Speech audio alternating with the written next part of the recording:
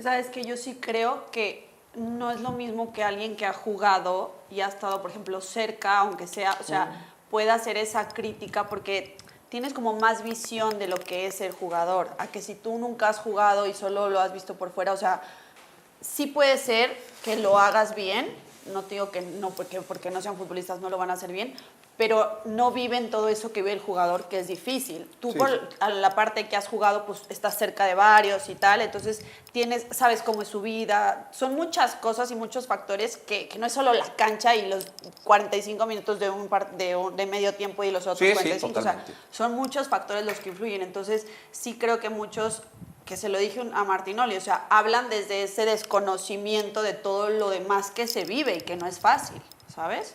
Y te voy a decir qué es lo peor, que nosotros en esto que te decía, que no dimensionamos a cuánta gente llegamos en el momento y lo que significa tener un micrófono, en el momento pocas veces pensamos pues, que el jugador a lo mejor llegó al estadio teniendo a su hijo en el hospital, Sí. ¿no?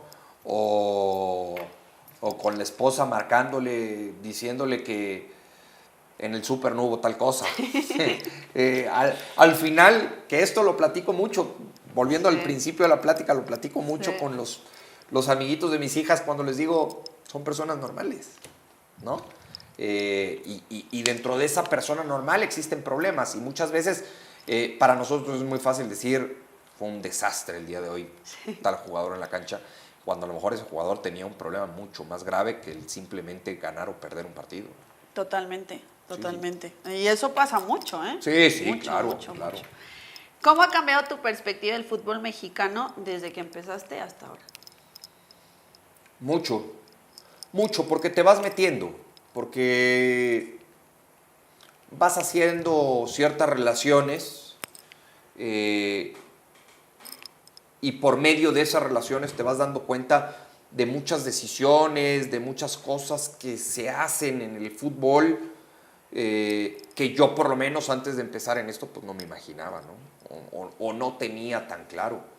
Y ahora que estoy en esto, pues dices, hay toda una planeación, hay todo un trabajo, hay toda una estrategia, hay muchas cosas que se hacen que van más allá de los 90 minutos.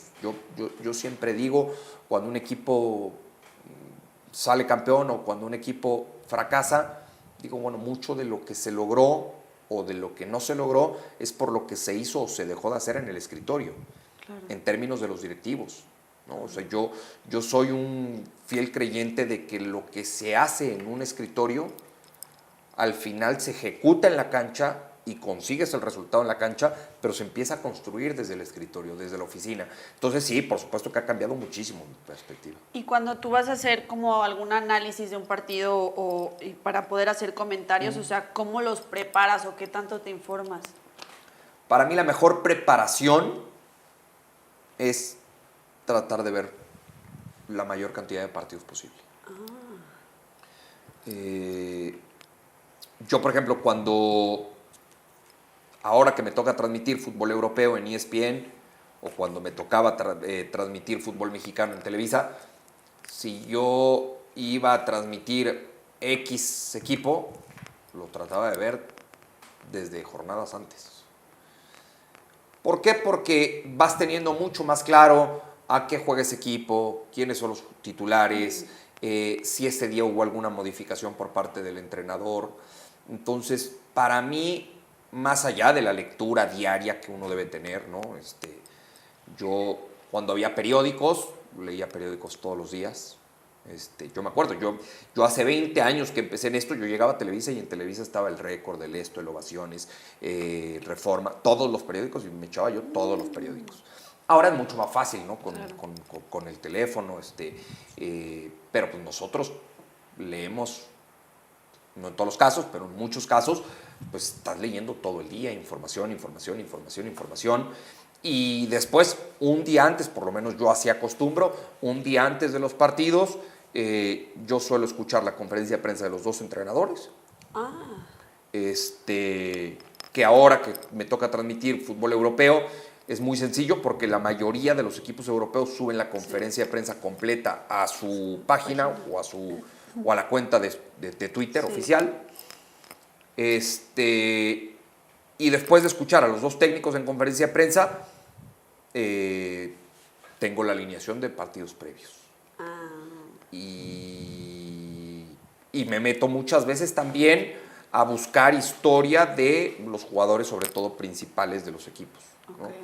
Bueno, te toca un partido importante del Inter o del Milan o de estos equipos grandes, prácticamente es muy conocido la historia de todos, sí. Pero te toca un Salernitana, te toca un Hellas Verona, te toca un Sassuolo y es mucho más difícil, claro. ¿no? Y eso se ha vuelto un lindo reto para mí en ESPN. Claro, ¿y te encuentras fácil toda la información de todo eso? No, a ver, cada vez es mucho más fácil. El otro día, por ejemplo, le platicaba a un amigo que yo me acuerdo, antes tenías pues el meterte al sitio del equipo y los periódicos. Ahora las redes sociales, 1000 cosas tienes ya para sacar información. Por ejemplo, es otra de las cosas, los periódicos. También me meto, si me toca fútbol italiano, que generalmente tengo un partido a la semana de fútbol italiano, me meto a la Gaceta y ahí veo, sí. ¿Cómo ha sido trabajar con José Ramón Fernández y David Faitelson? A ver, para los dos tengo palabras de agradecimiento. A mí me preguntaban mucho cuando salí de Televisa, me decían, ¿estás consciente que vas a trabajar con José Ramón y con David? ¿Estás listo? ¿Estás preparado para trabajar con José Ramón y con David? Sí. Y yo lo que siempre respondí es, no sé si estoy preparado, pero no le veo mayor problema. Sobre todo me lo preguntaban, ¿no? Porque pues yo salgo de la escuela de Televisa y ellos de TV Azteca y encontrarnos en ESPN. Y la verdad es que solamente tengo palabras de agradecimiento para los dos. Los dos conmigo se han portado de maravilla.